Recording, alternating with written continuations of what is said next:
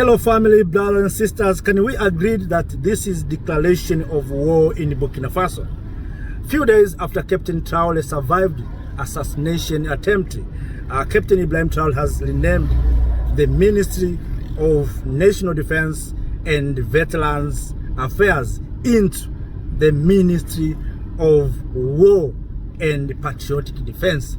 So in Burkina Faso right now, there is Ministry of War. You may ask yourself, why this time? Why Ministry of War? Because we are at war right now. Just days after surviving a serious coup attempt, Ibrahim Traoré announced a decision that instantly captured the attention of the continent and the world. Burkina Faso's Ministry of National Defense and Veterans Affairs was officially renamed the Ministry of War and Patriotic Defense. For some, it sounded alarming. For others, it sounded long overdue. Social media exploded with questions, debates, and speculation. Was this a declaration of war, a warning to enemies, or a sign that Africa's leaders are beginning to think differently about power, security, and sovereignty? This video is not about fear. It is about understanding what this decision truly represents and why it matters far beyond Burkina Faso. To understand this move, we must first understand the timing. Only days before this announcement, Captain Traoré narrowly escaped death during an attempted coup. This was not an isolated incident.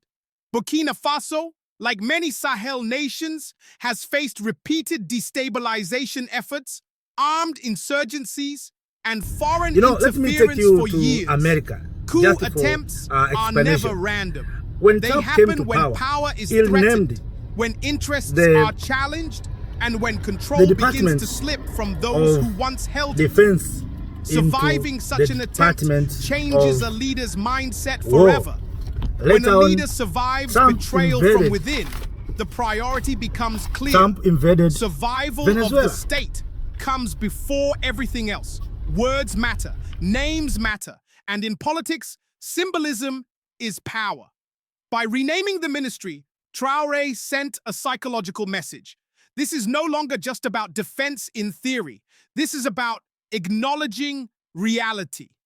Burkina Faso is already in a state of conflict against terrorism, sabotage, and external pressure. Many African nations have been at war for decades, yet they continue to use soft language while fighting hard battles.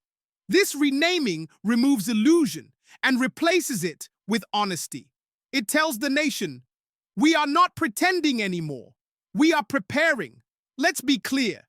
This is not a declaration of war against another country.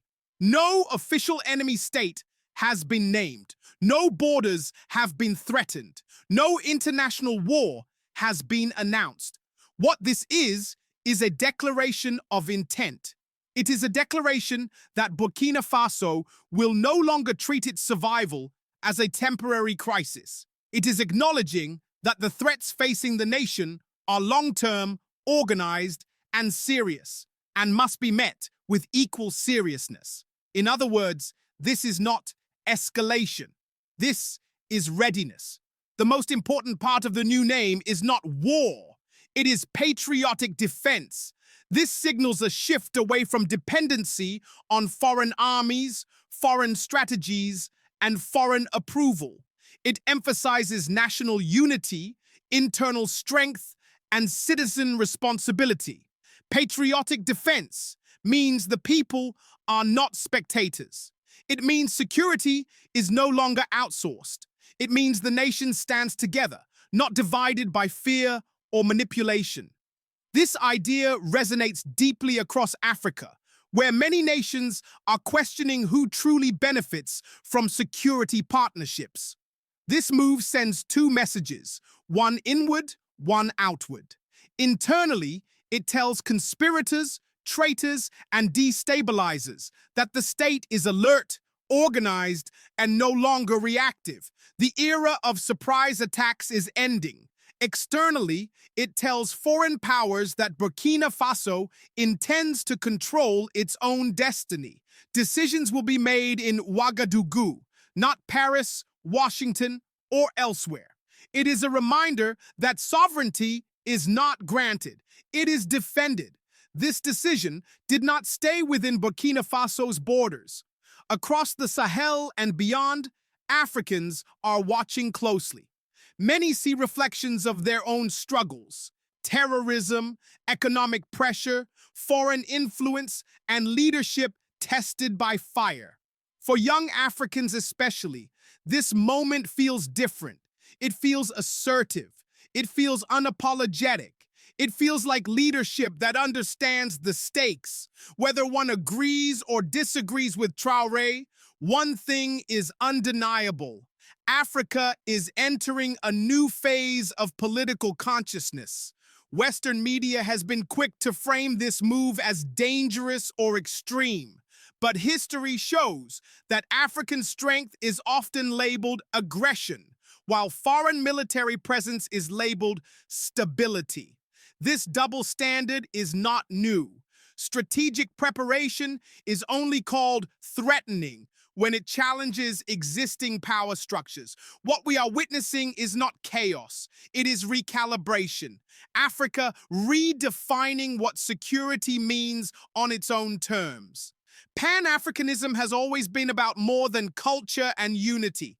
It is about collective self-defense, shared destiny, and refusing to remain vulnerable in a hostile global system. Traoré's decision aligns with a growing Pan-African belief that true independence requires strength, discipline, and clarity of purpose.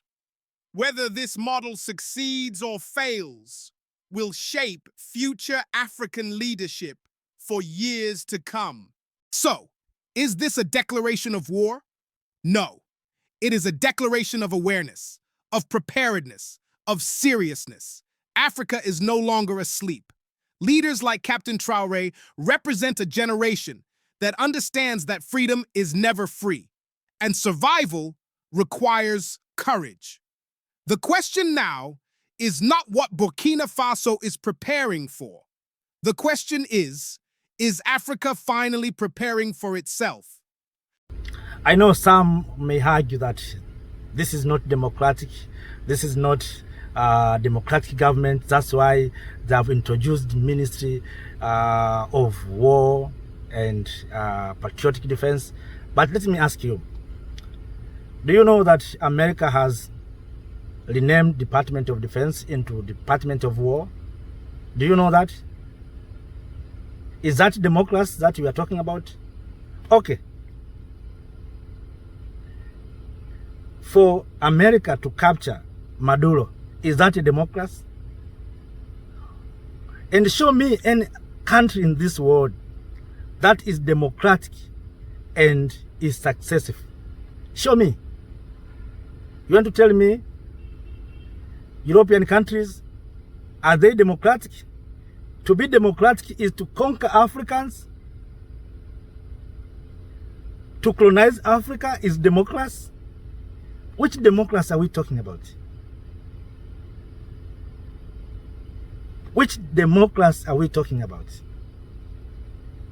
Because I've seen some of us saying Traoré is dictator. Of course, those are words that have been used.